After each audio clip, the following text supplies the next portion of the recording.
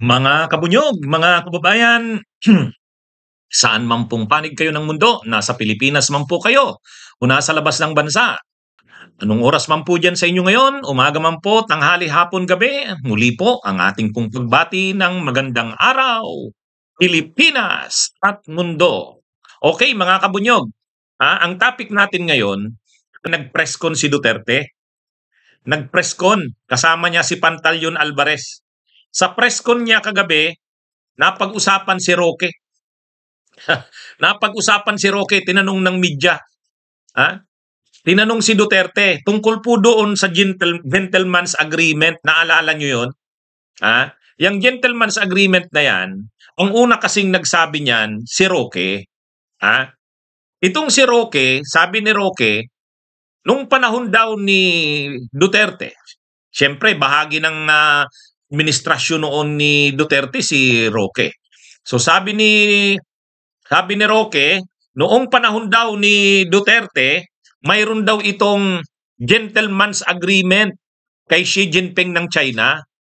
Sa gentleman's agreement daw na yon, sabi ni Roque, nagkasundo ang dalawa na una, hindi haharangan ng Pilipinas o ng China ang mga barko ng Pilipinas na papunta ng Ayungin Shoal.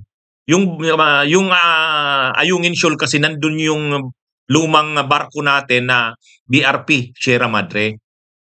Pumayag daw si Duterte na sa isang agreement, bagamat verbal ito, pero nagkasundo daw yung dalawa. Ang tawag nila doon, gentleman's agreement, sabi ni Roque. Kinalaunan, nang mainit na yung issue na yan, nagsalita si Panelo. Di ba? Naalala nyo mga kabunyog? Sabi ni Panelo, hindi totoo yan. Walang gentleman's agreement o anumang kasunduan na pinasukan si dating Presidente Duterte. Sabi ni Panelo, katatawag ko nga lang kay FPRRD. Katatawag ko pa lang sa kanya. Talagang sinabi niya na walang agreement na pinasukan siya sa China. No. So kumbaga ngayon mga kabunyog, ang lumalabas, sino ba ang nagsasabi ng totoo? Si Panelo o si Roque? Yan yung issue dyan. Yan yung issue dyan. Bago umalis si Marcos Jr., sabi ni Marcos Jr., bago siya umalis papunta ng US, kasi pumunta si Marcos ng US kasi mayroong trilateral summit ang US, Japan at Philippines. Bago umalis si Marcos Jr., sabi ni Marcos Jr., yung gentleman's agreement na yan, gusto ko talagang malaman ang detalye niyan at ang totoo niyan. Kasi, I'm horrified.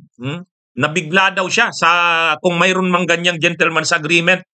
Nakakagimbal daw yan, nakakagulat yan. Bakit ibininta o ipinagkasundo ang ating soberanya, ang ating sovereign rights at territorial integrity? Hindi daw yon, sobra daw yan. Kaya gusto niya daw talagang makumpirma kung ano ba talaga yan. So sa press con kagabi, tinanong ng media yung gentleman's agreement. At sa pagtanong kagabi, napag-usapan si Roque.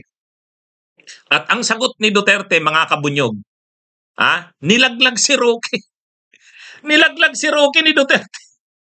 Kumbaga mas kinampihan, mas kinumpirma ni Duterte yung sinabi ni Panelo. Kumbaga, sabi ni Duterte, wala pa naman yan si Roque sa administrasyon ko. Ang nandun si Panelo. Kaya parang ito sinampal dito si Roque. Sinampal. Kasi lumalabas si Roque ang sinungaling. Kaya paano yan, Roque? Kawawa ka naman. Sobra yung pagtatanggol mo kay Duterte, kay Sara, kay Digong, kay Kibuloy. Sa katunayan, nawawala na ang respeto sa iyo, Roque, ng mga tao. Pero ngayon, nilaglag ka pa rin ni Digong. Ni Duterte.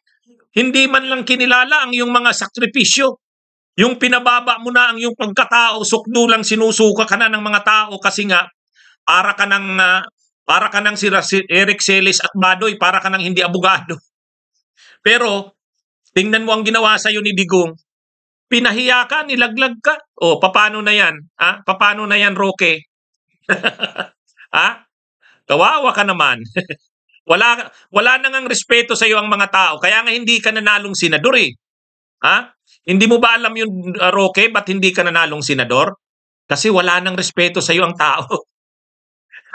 Nawala ang respeto sa iyo ng tao eh. Kasi sobra ka, sagad kang sagad yung pagkaano mo, sunod-sunuran kay Duterte. Sukdulan na yung pagkatao ay pinababa mo, tapos nga ngayon, ganyan ang ginagawa sa iyo ni Duterte, kawawa ka naman. Okay, so dito, ipapakita ko sa inyo, dininay ni Duterte yung sinabi ni Roque. Dininay. Ang nakakahiya dito, si Roque. Kasi grabe ang pagtatanggol niya kay Duterte. Dito kay Digong, kay Sara, kay Pulong, kay Baste, lahat. Grabe ito si Roque, talagang wala na nga ang respeto sa kanya ng mga tao eh. Kaya nga yan hindi nanalong senador. Kaya lang, bakit? Bakit siya nilaglag ni Duterte? Kasi maselan yung sinabi ni Roque tungkol kay Duterte. Sinabi ni Roque na mayroong kasunduan si Duterte at saka si Xi Jinping. Pumayag si Duterte sa kasunduan na yon. Yun din yung binabanggit ng China ngayon. Yun ang inuulit-ulit ng China, na mayroong kasunduan ang Pilipinas at ang China. Nag-commit ang leader ng Pilipinas. Bagamat hindi pa pinapangalanan ng China si Duterte, bagamat hindi pa pinapangalanan ng China, pero malinaw dyan, si Duterte talaga ang tinutukoy ng China, na mayroong commitment sa China na ganito at ganyan. Tapos ngayon, siyempre, binago na ni Marcos ang policy. Kaya ang sinasabi ngayon ng China, yung agreement na pinasok ng mga naunang leader, hindi daw sinusunod ngayon. Ang tanong, sino ba kasing leader ng Pilipinas ang nag-commit ng ganon? Langanin yung commitment na yun eh. Sinurrender mo yung ating sovereignty, ang ating sovereign rights.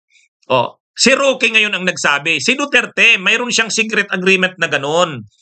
Kaya lang, siyempre si Duterte, dinideny niya yon. Dinideny niya. Kasi nakakaano talaga yon. Katraidoran talaga yon. Kaya si Panelo, parang siyempre, on the rescue si Panelo. Sabi ni Panelo, hindi, walang ganun. Pero ngayon, si Duterte na mismo ang nagsabi. Sabi ni Duterte, hindi, wala si Roque nung panahon na yon. Hindi pa siya miyembro ng gabinete. Wala. Si Panelo ang nandun. Di parang sinabi ni Duterte na si Panelo ang tama, mali si Roque. Sa bandang uli, alam niyo kung paano pinahiya si Roque? Tinanong ng media tinanong ni Duterte yung mga media. Bakit? Ano bang pagkakakilala niyo kay Roque? Ganon mga kabunyog ang tanong ni Duterte sa media. Sabi ni Duterte sa media, tanungin ko kayo, ano bang pagkakakilala niyo kay Roque? Ang ini-imply doon ni Duterte na si Roque, alam niyo naman yan, chismosa yan. Chismosa yan. Kung ano-ano na lang lumalabas sa bibig niyan. Hindi naman ganun ang sinabi ni Duterte, pero yun yung ini-imply niya. Kasi tinanong niya yung media, kayo, ano bang pagkakakilala niyo kay Roque? Hindi sumagot yung media. Nanahimik. Nanatawalan lang si Duterte. Alam nyo naman kung ano yung si Roque. Ang ibig sabihin nun, yan si Roque, parang chismosa yan. Kaya, grabe dito ang pagpapahiya, laglag kay Roque. Abangan natin. Ano kayang reaksyon ni Roque? Anong reaksyon niya kaya dito? Anyway, panood ko na sa inyo ito mga kabunyog. Panoorin nyo na. Panoorin na natin yung mga sinabi ni Duterte. Si Harry Roque wala pa doon. Harry Roque joined my administration almost halfway na. Ang si Panelo ang nandoon. Wala si Harry Roque. He was not there because he was not part of the government delegation. So, wala ho akong maisagot dyan about Harry Roque. Ask him again.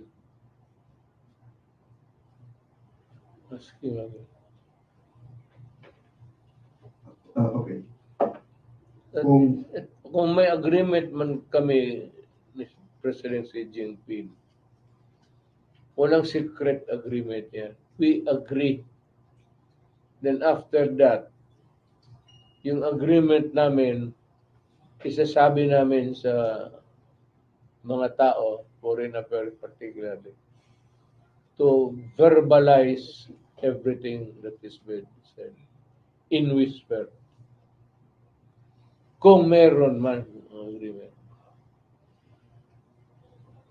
bakit sinabi ni Harry Roque, wala pa siya doon noong panahon Sinabi mismo ni Duterte na wala pa si Roque nung panahon na yon sa kanyang administrasyon. Nung nag-usap sila ni Xi Jinping,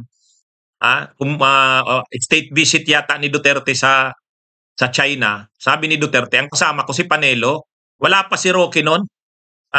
Sabi ni Duterte, tanungin nyo na lang si Roque. Napanood nyo mga kabunyog, linaglag linaglag si linaglag si Roque, kawawa naman si Roque. Pinagmalaki pa yan ni Roque na mayroon gentleman's agreement. Siyempre, hindi aaminin ni Duterte na yon. Pero ang totoo, tama si Roque, mayroon talaga yan. Mayroon talaga yan. Sa ginawa ni Duterte ng katraidoran sa Pilipinas, alam naman natin na maka-China si Duterte. Ano talaga yon? Actually, totoo yung sinabi ni Roque, kaya lang, dinideny ni Duterte ngayon. Kasi hindi na siya presidente, at katraidoran talaga yung ginawa na yun ni Duterte. Kaya dinideny na ni Duterte yon. Pinagtatanggol siya ni Panelo, nagda-damage control si Panelo. Ngayon, paano na ngayon yan, Roque? Dinideny ni Duterte yung sinabi mo.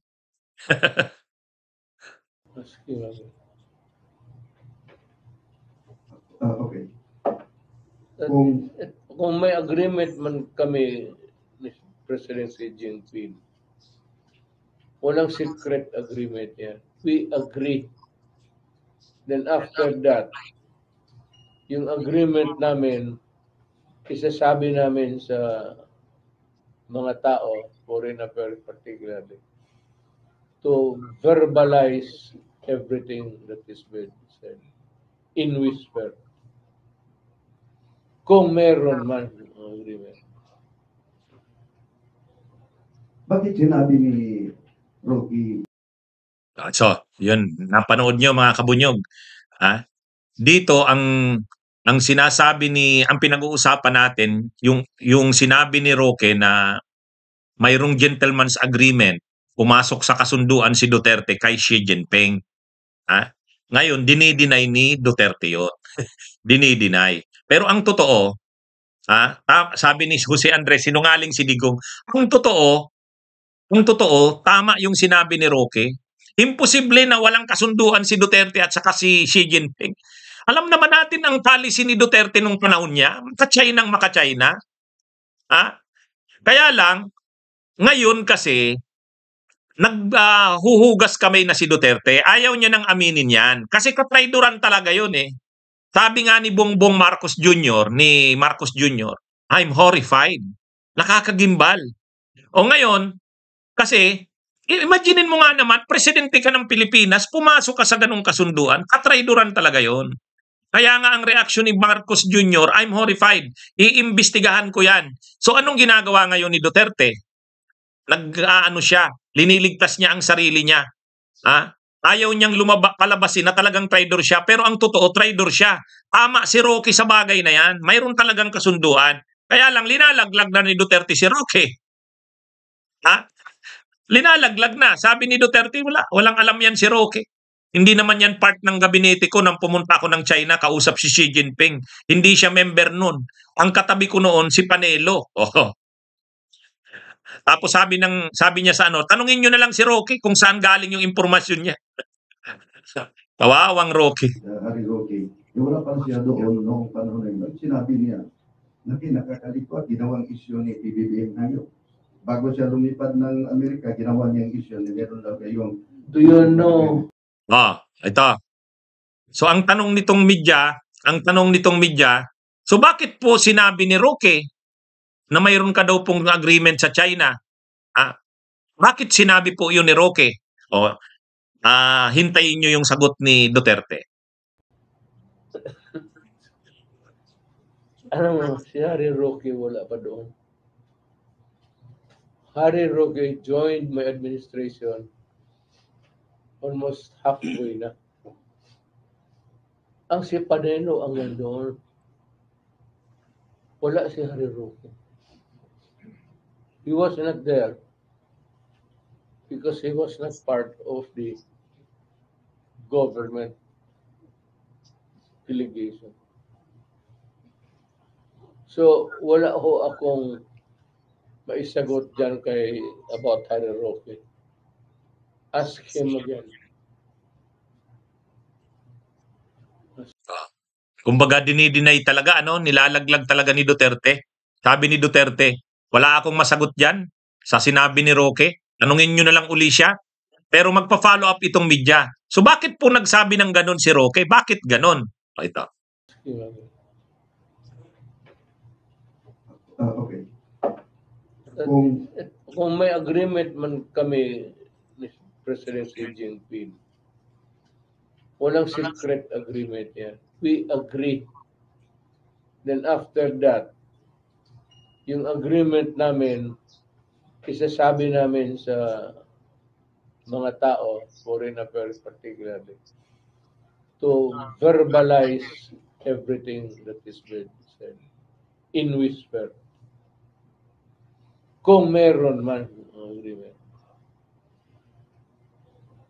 Bakit sinabi ni Harry Roque, wala pa siya doon noong panahon na yun, sinabi niya na kinakakalito at ginawang isyu ni PBBM ngayon. Bago siya lumipad ng Amerika, ginawa niyang isyu ni meron daw kayong... Do you know... Ayun. So ang tanong nito, ang tanong ng media, bakit nagsabi ng ganun si Roque? Ito ang sagot ni Duterte. Dito sasabihin na ni Duterte na ikaw, kilala niyo ba si Roque? Kilala niyo ba kung anong klase siya? Ito. Roque. Do you know him? Do you have an idea of what his personality is? Meron kayong idea? Pareho tayo.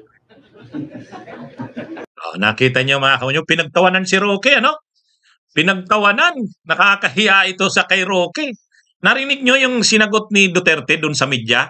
Kasi ang tanong ng media, bakit po sinabi ni yun? Bakit sinabi ni Roque yun? Tuloy, naging issue ni PBBM yun bago umalis. Yung ito issue sa Gentleman's Agreement. Bakit po sinabi yan ni Roque? Anong sagot ni Duterte? Anong sabi ni Duterte tungkol kay Roque? Parang nakakahiya yung sinabi ni Duterte tungkol kay Roque. Nakakahiya, di ba? Dapat kung si Roque nanonood dito sa press ko na to, nakakahiya. Anong sabi ni Duterte? Kayo, alam nyo ba kung ano si Roque? Alam nyo ba kung anong klase, ano siya, anong personality niya? Sabi ni Jenny Labrador, bigpig ka na, Roque. Ano to Mukhang ngayon, mas nangingibabaw ang kasi ganito mga kabunyog, kung napapansin nyo, ang mga Duterte, si Sara, si Digong, si Bato, si Bongo, lumidistansya sa China. Hindi nila pinagtatanggol ang China ngayon. Hindi nila pinagtatanggol ang China, tahimik lang sila Napansin nyo? Si Roque hindi, pinagtatanggol ang China Pinagtatanggol ni Duterte, ni Roque ang China. So ngayon, parang lumalabas ngayon, nilalaglag talaga ni Duterte si Roque. Ayaw nilang sumama sa China ngayon kasi mag-i-eleksyon sa May 2025. Mag-i-eleksyon Tatakbong re-eleksyon si Tolentino, tatakbong re-eleksyon si Bongo, si Bato, si Aimee. Kailangan, medyo dumistansya sila kasi ang mga Pilipino, galit sa mga maka-China. Nararamdaman nila yan. Ngayon si Roque, hindi. Ang paniwala ni Roque, hindi. Dapat ipagtanggol natin ang China. Ang mga Pilipino hindi naman galit sa China Yun ang paliwanag ni Roque. Pero hindi Sila Digong, hindi. Ayaw nila Digong na lumabas na sila ay traidor sa Pilipinas. Si Roque naman, ang punto ni Roque, pinagtatanggol ni Roque na wala, tama lang yung ginawa ni Digong nung panahon niya, ni Duterte. Kasi ano yun tama lang yun. Ang problema si Roque, ay si Duterte, gustong i-deny yun. Kaya sa ngayon, sinong mas nagsasabi ng totoo? Sa pagkakataong ito, nagsasabi ng totoo si Roque. Kaya lang, ang sinasabi ni Digong, bakit? Kilala niyo ba si Roque? Anong pagkakaalam niyo sa kanya? Ang ibig sabihin nun ni Digong, hindi dahil sinungaling si Roque. Ang ibig sabihin nun, si Roque, hindi marunong magtago ng sikreto. Ang ibig sabihin ni Digong doon, bakit? Kilala niyo ba si Roque? Anong pagkakakilala niyo kay Roque? Hindi ibig sabihin nun na si Roque ay sinungaling. Alam ni Duterte na hindi nagsisinungaling si Roque. Kaya lang, ang ibig sabihin ni Duterte doon, klisa si Roque. May mga bagay na hindi niya na dapat sinasabi niya. Yun ang ibig sabihin doon. Kaya ito, mga kabunyog, kumbaga para kay Duterte, may mga bagay na ginawa niya, hindi niya yung kukumpirmahin. Hindi niya yun ikukumpirmahin. Pero totoo naman ginawa niya yun. Si Roque ngayon ang nagsabi nun. Ang akala siguro ni Roque, hindi i-deny ni Duterte yun. Kaya, balikan natin sino ang nagsasabi ng totoo? Si Duterte o si Roque? Si Roque. Kung akong tatanungin nyo, si Roque nagsasabi ng totoo yun. Na talaga namang si Duterte, maraming mga kasunduan na pinasok sa China na ang Pilipinas. Kaya lang, bakit dinideny ni Duterte? Dinideny ni Duterte dahil nga, katraiduran nga yun Pag napag-usapan yan at naungka talaga, masisira ang imahe ng Duterte, pati si Sara. Madadamay silang lahat dyan. Wala na silang karir sa politika kasi katraiduran sa bansa yan. Kaya, dinideny nila yan. Si Roque naman, ang tingin ni Roque, walang mali dun sa ginawa ni Duterte noon. Kaya gusto niya tanggapin yon. At si Roque, grabe ang pagtatanggol sa China. Sila Duterte, ayaw ipagtanggol ang China. Ayaw nilang magsalita. Tahimik na lang sila. Si Roque, pinagtatanggol talaga ang China. So, magkakaiba yung ano nila ngayon. Ang problema kay Roque, kinumpirma niya yung sinabi na mayroong agreement si Duterte. Si Duterte siyempre maghuhugas ng kamay. Kaya anong sabi ni Duterte ngayon? Bakit? Kilala niyo ba si Roque? Ang ibig niyang sabihin doon, si Roque ay klesa. Mayroong mga bagay na hindi dapat sinasabi. Yan yun. Anyway, paano yan Roque? Kawawa ka naman. Nilaglag ka at pinahiya ni Duterte. Okay, sige mga kabunyog, mga kababayan. Magandang araw po. Mabuhay po tayo. Bunyog, bunyog, halikan na kasama ka. Bunyog, kapag buklod ay may pag-asa. Luzon, Visayas, Mindanao, isa ang pananaw. Sa bagong Pilipinas ang bunyog isisigaw.